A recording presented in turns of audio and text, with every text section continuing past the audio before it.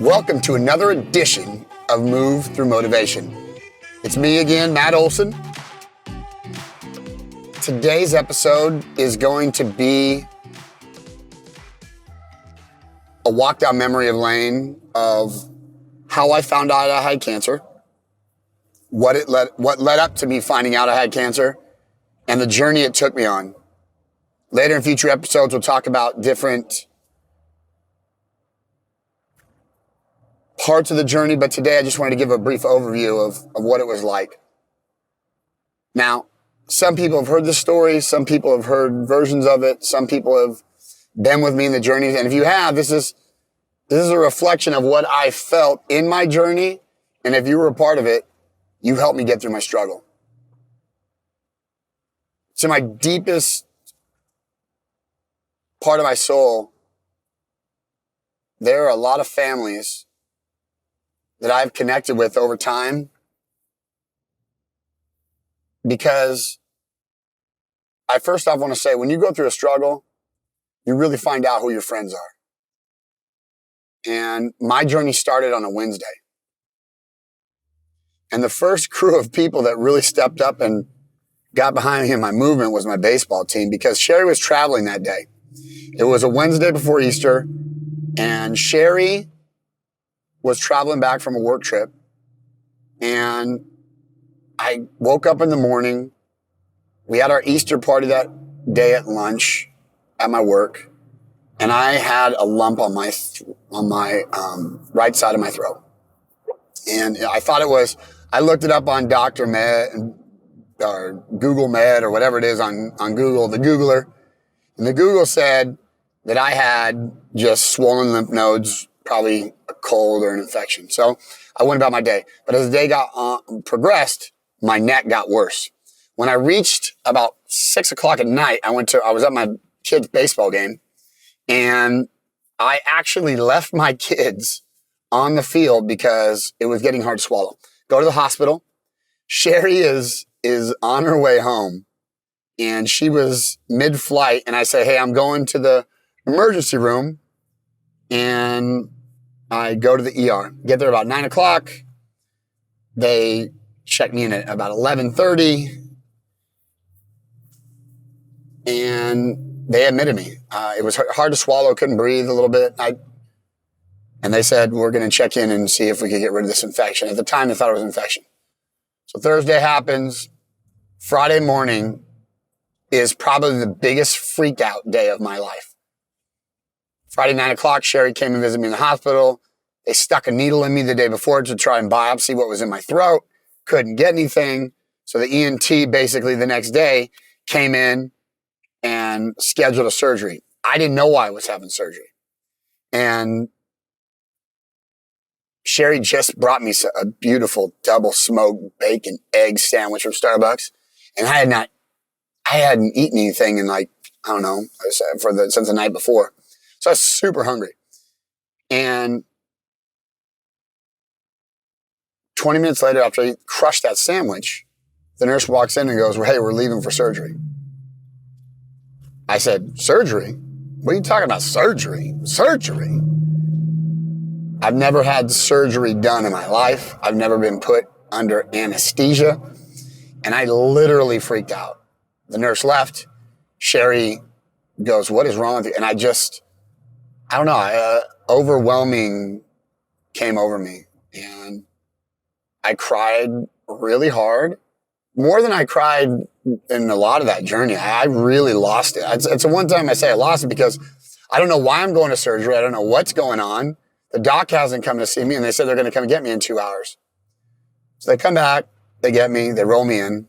I made a deal with my doctor that if he took care of my surgery and brought me out, I would give him any surgical scissor he would want from the catalog of tools I sell.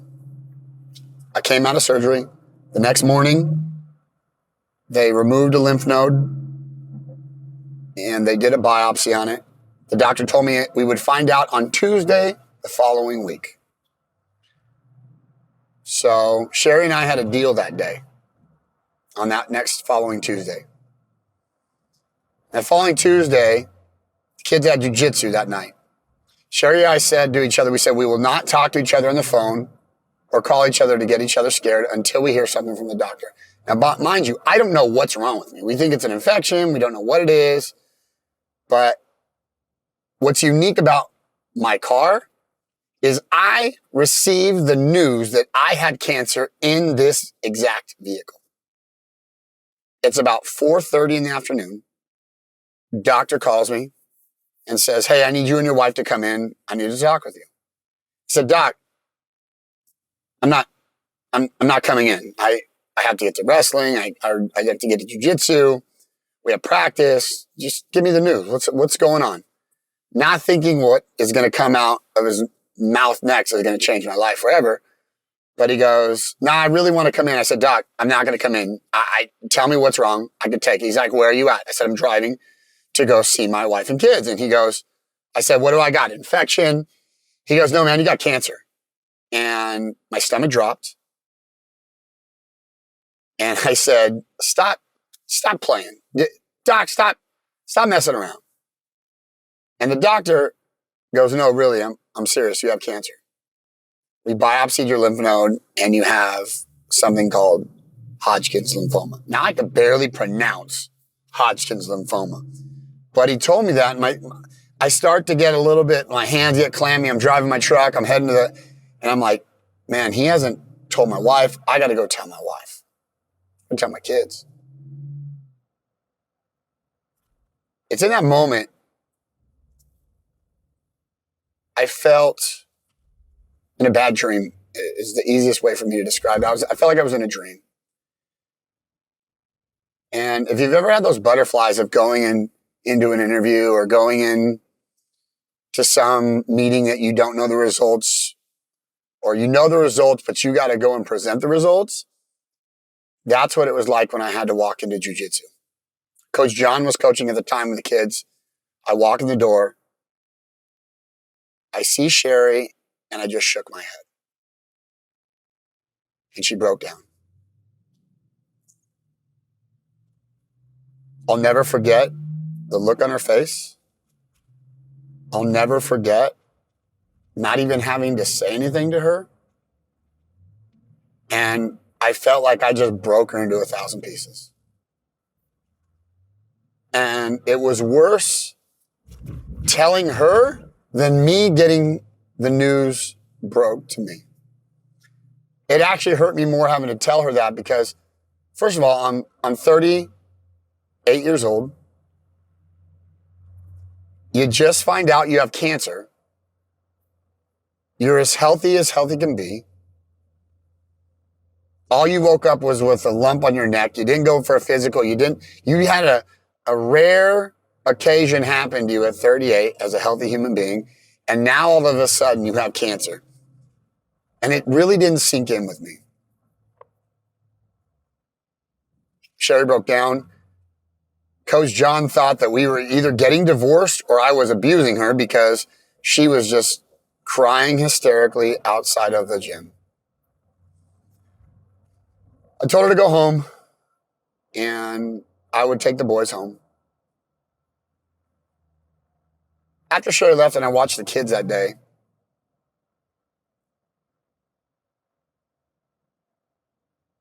I was kind of like it seemed what was looking through a different set of lenses in my eyes. It was almost, I was like, well, who's this cancer patient? Who's this guy who looks sick? Who is this person? And I watched the kids practice that day with such presence that day. Because when you hear the word cancer, you don't know what it means. You don't even know. I didn't even know what Hodgkin's lymphoma was. I didn't know anything except that I had been to countless number of charity events, many different runs, different families that we have known who had, but I didn't really know what was going to happen. So I was kind of removed out of body. It's almost like an out of body experience, kind of watching the kids. I dropped the kids off at home. And on the way home, I didn't really talk to the kids much about it. I didn't know if I wasn't going to tell him, but I didn't know if I should really just give them a hint that dad has cancer. So I didn't. I went home, I dropped the boys off, and I went to the gym. Backing up a little bit, I made 2 phone calls to 2 people. 3 phone calls before I went and saw Sherry. One was my boss, 22 years. I called him and said, I have to tell Sherry. What do I say?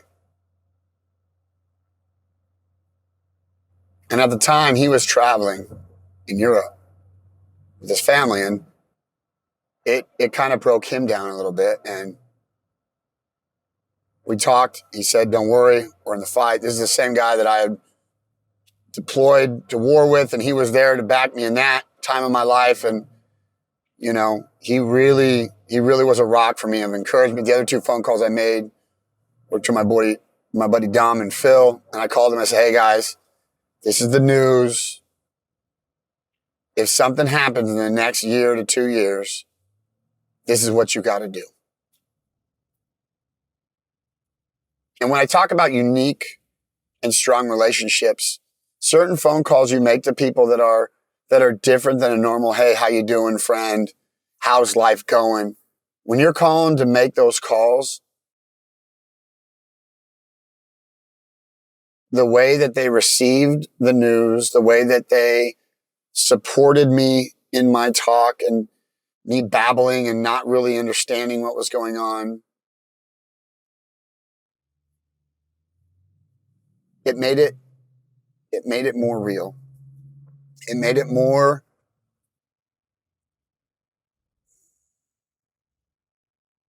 scary, I would say, because you don't know what's happening. You don't know what the journey that's going to take place. You don't know anything, but you know you got a responsibility. I got my family. I got my wife. I got my 2 kids. And those 3 people, when I made those first 3 calls, they really kind of put it in perspective. Like, okay, we got the news. We have your back. What do you want to do next? And they were calming. They gave me a sense of stability at the time of what I thought was chaos. And it really made me feel a little bit more secure after I told Sherry, or before I told Sherry. But then telling Sherry and going through that experience of driving the boys home, I literally do whatever I do in a crisis or stress time management. I went to the gym. And here's how big of a knucklehead I am. I thought in my brain, if I run faster on the treadmill, I'll get rid of it. I ran as hard as I could. I got a call when I was on the treadmill randomly from my buddy Mikey. Told Mikey what was up. He started crying on the phone. I started crying on the phone. I'm on the treadmill. There's people next to me looking at me like I'm a nut because I'm literally bawling, talking to Mike saying, you know, we're going to beat this. It's time to fight. I don't even know what I'm going to fight. I don't even know what I'm going to do. But I worked out so hard for an hour and a half that it literally, I was exhausted. So I had no energy to even really think about what was happening. I really just was broke and tired that I was ready to get through the next day or get through the next hour because I got to go home and face my wife again. Come home. And when I get to my house, there's 3 families at my house. The Lambs, Bischoff Burgers, and the Hazlets. And what I found really special about that, and to this day they know this and I tell them all the time, them showing up, Krista Bischoff Burger, our friend Krista, she was 9 months pregnant. She was going through her, getting ready to have a baby. And she came out and sat with my wife And those three ladies were like my little sisters. They'll always have a special place, a unique place in my heart, because they were there for Sherry at a time when I didn't know what I was going to do. They were there for her like a true friend and a true sister. And I'm forever grateful for their time of coming out that night. But that night, with all those families there, we actually made a determination that I wanted to personally log this journey. And it's kind of what has led to what we're doing now, the move through motivation.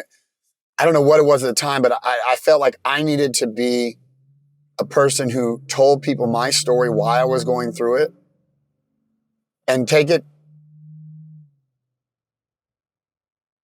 in a different way that I've seen cancer, understood cancer, not being a patient, but understanding from what my view of what cancer is and what it could look like of somebody fighting it.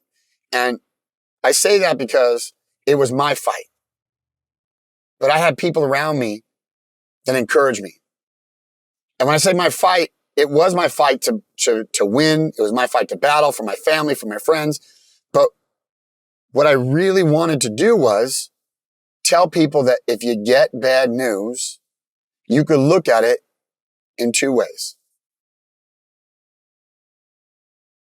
I could have hid.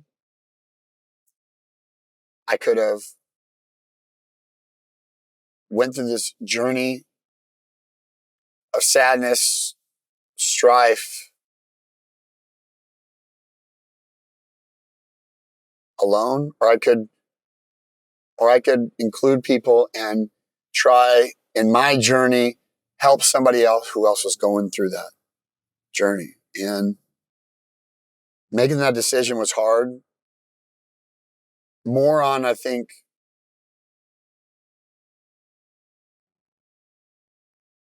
my family, because I really didn't include them in saying, hey, I want to do this.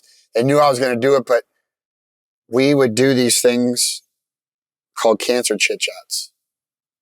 And that kind of led to what my idea was on the podcast, was that the night before I was going to go to a chemo treatment, the kids and I and Sherry would sit down and chat. And we just talked. And it was randomly that we would do this. So I would tell people what the journey was like when I was going through it, what I found out when I go to the doctor, try to be encouraging.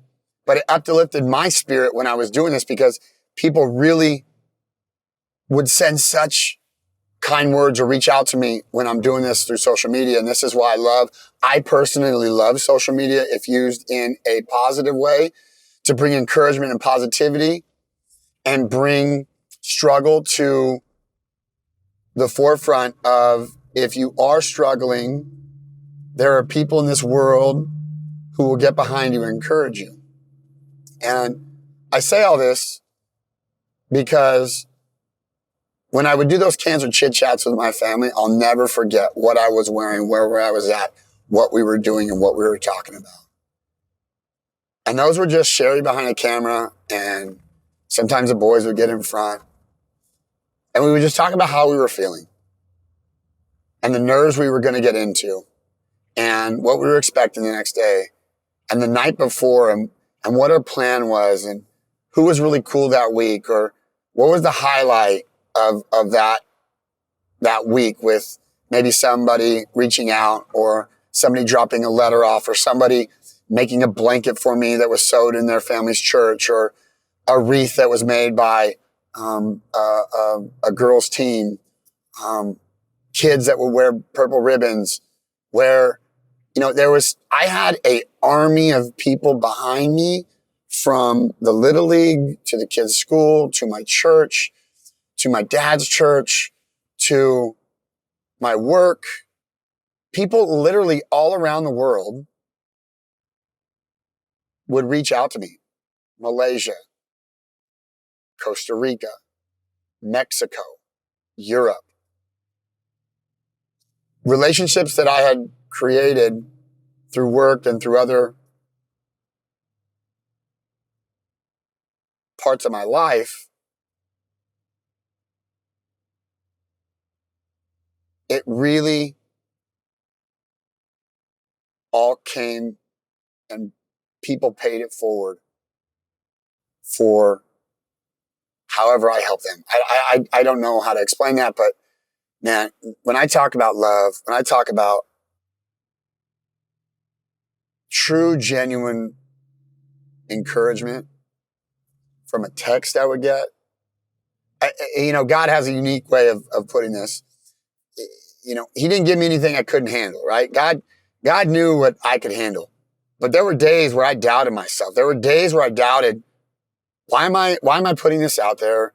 Why does this hurt? Why do my arms hurt? Why am I tired? Why is this?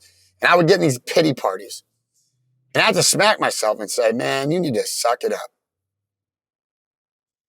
But the more I would get down on myself, what was crazy is that day I would get 2, 3, 4 messages or phone calls or some kind of outpour or cry of what I call relief messages, a lifeline, encouragement. And when you're in some of the darkest times of your life and you get something as simple as hey man, just thinking about you today. I hope you're doing well. Our family's praying for you. It doesn't seem like a lot, about 25 keystrokes on your phone or an email, but it literally could change the way you look at the day during that struggle. I say that because I want you to understand something. And I try to tell people this. When people are going through a struggle in life, whether it's cancer, death of the family, don't be afraid to reach out. Don't be afraid. If you call that person a friend or a family member, call them. Hey, just thinking about you, man. Can we get together for coffee? Hey, bro, just, even if I got a call from a guy I didn't talk to in 7, 8 years. And he called me, man, I hate to be the guy doing this. I'm calling you. I haven't talked to you in a long time, but I heard. That was a special call. Put your barriers down. Whatever beef you have with somebody, if you have a beef with somebody in that case, break it down and call and just give some love. Really reach out to somebody and say, I'm here for you. I try to do it now. If I see an Instagram post or I see a message or I get a call and somebody that I've ran across in my life that has gone through a struggle, I will do everything in my power. If I don't have their number, I will find a way to get a hold of them and say, hey man, I'm thinking about you. You have a line to me. Meet up, call me. I'm here for you, brother. And in one of the next episodes, we're going to be talking about what I called my cancer bench. It was the people that I met through social media, the people I met through other acquaintances who were fighting the fight of cancer when I was fighting. And I'll save that for another time and day to talk about, but there were some special moments and relationships formed in that as well. I say all this, family, to say,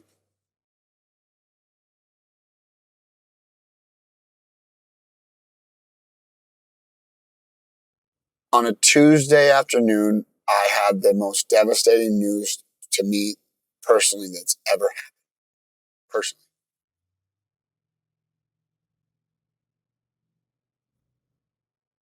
In that week, I had an outpour of love. My boy Clay flew down the next day. Sat down with me and my family, had broke bread with us. Flew in from Oregon.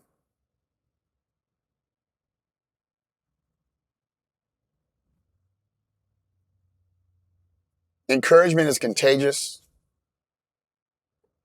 And love is easy to spread. Hard times are going to hit everybody you know, including yourself.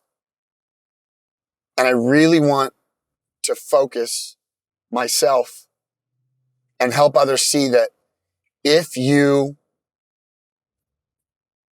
just reach out, make a phone call, send a text, show up at somebody's house, even if it's unannounced, it makes a difference in somebody's day. Small gestures make struggle seem small when done with love. On this journey of what we're doing right now with Move Through Motivation, I tell this to people all the time, like, it's a second passion I have besides exercise. It's something where I am so excited because I was given the unique opportunity of families reaching out to me and doing good things for me that I want to pay it forward. I want to pay it forward in a way that has never been done or seen in what I have seen for other people. I want to show and tell people that with generosity and love and compassion, tiny things make big impacts.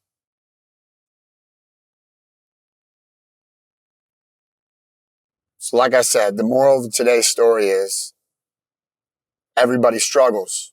My cancer journey started on a Tuesday. And it was hard. But the love that was shown to me from my family, from my friends, from the unique relationships that were created because of the disease, and what's happening now is a blessing. It's crazy to say that me getting sick is a blessing. I didn't want to go through it. I shouldn't have gone through it, but it happened.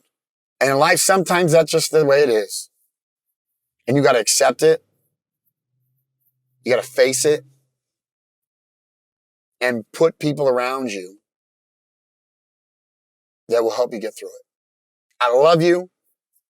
Thank you for continuing to be a part of this journey. Do not forget to subscribe to the channel. As the last thing I got to make sure I say, subscribe to that channel. Hit the subscribe button so you get the updates. I thank you guys. I look forward to meeting new people in this journey and helping as many as we can as we face our struggles. God bless. Crush it.